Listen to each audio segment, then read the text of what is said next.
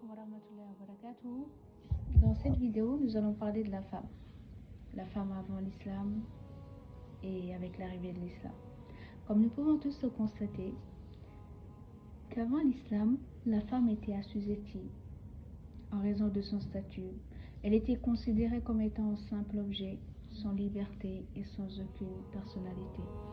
Par exemple, dans la société, dans la civilisation grecque, elle était totalement soumise dans son jeune âge.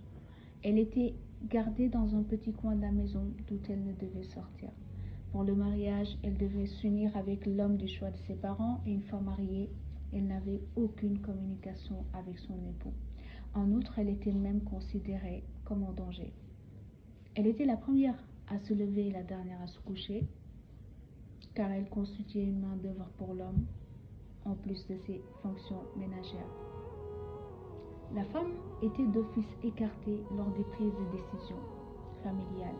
Tout ce qu'on lui reconnaissait était la soumission et l'obéissance. Dans l'arabe pré-islamique et dans le reste du monde, aucune législation ne la protégeait. Elle vivait sous l'emprise des coutumes barbares. Elle n'avait aucun droit à l'héritage. Au contraire, elle était comptée même parmi les biens de l'héritage. Par ailleurs, dans certaines tribus, il était même permis à un homme, subhanallah, de louer sa femme durant son absence pour juste se faire de l'argent. En définitive, la femme avant l'islam était brimée, battue et n'avait pas de droit. Elle était considérée comme un sous-être. Cependant, avec l'arrivée de l'islam, le problème de la femme était placé au premier plan des problèmes humains. L'islam a ainsi porté la femme de sa situation la plus basse au plus haut sommet de l'échelle sociale. Le prophète sallallahu alayhi wa sallam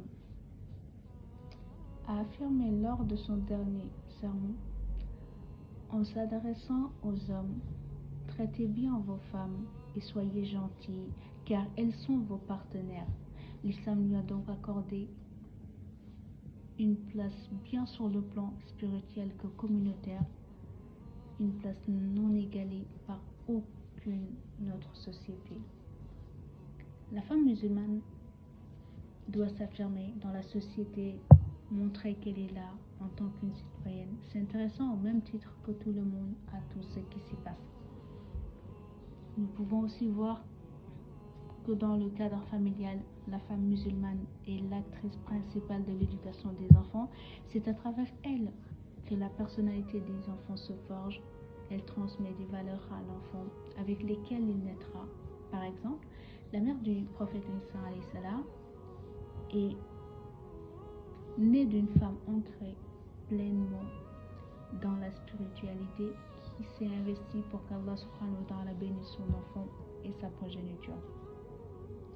Enfin, dans la société proprement dite, la contribution à l'éducation se fera à travers son comportement, car elle est l'incarnation des vertus morales et spirituelles telles que la piété, la pudeur, la chasteté et l'honnêteté.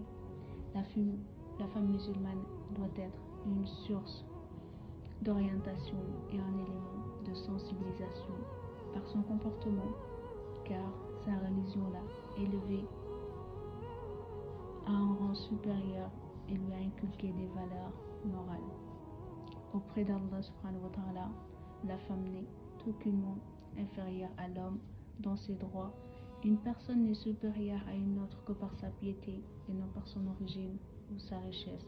Comme il est dit dans le Coran, certes le plus noble d'entre vous auprès d'Allah est le plus pieux. Allah est certes omniscient et grand connaisseur.